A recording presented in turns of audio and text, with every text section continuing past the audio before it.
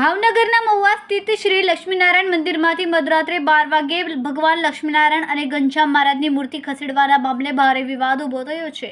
ઘટનાને લઈને સુરત સત્સંગ સમાજે નિત્ય સ્વરૂપ દાસ સ્વામી સામે ખુલ્લો પડકાર ફેંક્યો છે।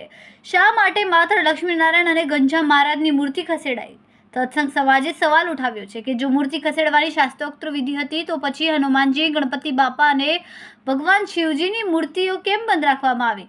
જો આ વિધિ શાસ્ત્રોક્ત અને નિયમસર હતી તો આખા મંદિરની મૂર્તિ ખસેડાઈ હોત।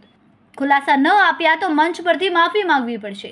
સત્સંગ સમાજે નિત્ય સ્વરૂપ દાસ સ્વામી પાસે જાહેર મંચ પરથી ખુલાસો માંગ્યો છે। સમાજની માંગણી છે કે શાસ્ત્રોક્ત સિદ્ધાંત અને નિયમો અનુસાર મૂર્તિ ખસેડવાનું કારણ સ્પષ્ટ કરવામાં આવે। જો સ્વામી ખુલાસો ન આપી શકે તો તેમને જાહેરમાં માફી માંગવી પડશે। સત્સંગ સમાજે ચેતવણી આપી છે કે જો આગામી 8 દિવસમાં નિત્ય સ્વરૂપ સ્વામી માફી નહીં માંગે તો ગઢડા મંદિર ખાતે મોટું આંદોલન કરવામાં આવશે। સાથે જો સ્વામી પોતાનો દાવો સાચું સાબિત કરી શકે તો સત્સંગ સમાજ તેમને દંડવત પ્રણામ કરશે, નહીં તો સ્વામી પાસે માફી માંગવા સિવાય કોઈ વિકલ્પ નહીં રહે।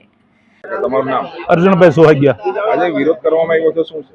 વિરોધ કરવામાં અમારે મવા મંદિર માટે જે 2 મહિના પહેલા આ ભગવાધારીઓ જે અધમ કૃત્ય કર્યું છે એના વિરોધમાં અમે અત્યારે ભેગા થયા છીએ અને અમે એને આ બધા ભગવાધારીઓ જે અહમ ને અહંકારમાં જે અધમ કૃત્ય કર્યું છે, આ તાલિબાનો જેવું એને કૃત્ય કર્યું છે, એટલે અમે આને છે ને સંપ્રદાયના તાલિબાનો જ ગણી છે। તો અમે એને કહેવા માંગીએ છીએ કે ભાઈ તમે આ છે ને અહંકાર ને અહમ છોડી દો અને નિર્માની થાય ને ભગવાનનું ભજન કરો ને માળા હાથમાં લઈ લો।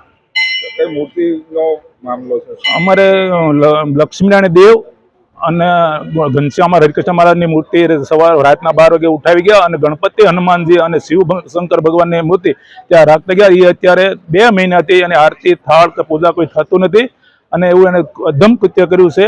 અને ઓલી મૂર્તિ સવારમાં જે લક્ષ્મીનારાયણ દઈ ગયા અને 5 વાગે લઈ ગયા, 12 વાગે લઈ ગયા, 5 વાગે તેને આરતી હતો ઉતાર એના વિરોધમાં આજે અધમ કૃત્ય કર્યું છે। એટલે અમે આ સાધુઓને ભગવાધારીઓને કહેવા માંગીએ કે સુધરી જાઓ તો સારું છે, તમારા હિતમાં છે, નકર તમારે હરિભક્તો જાગી ગયા છે, હવે તમારું સહન નહીં કરે, તમારું બહુ સહન કર્યું છે, તમારો ભગવાધારીઓનું વેશમાં તમે બહુ ખોટું કાર્ય કર્યું છે, તો હવે સુધરી અને સંપ્રદાયના ભગવાનના જે શાસ્ત્રો પ્રમાણે, સિદ્ધાંતો પ્રમાણે વર્તન વર્તો અને તાલિબાનો જેવું કૃત્ય બંધ કરો।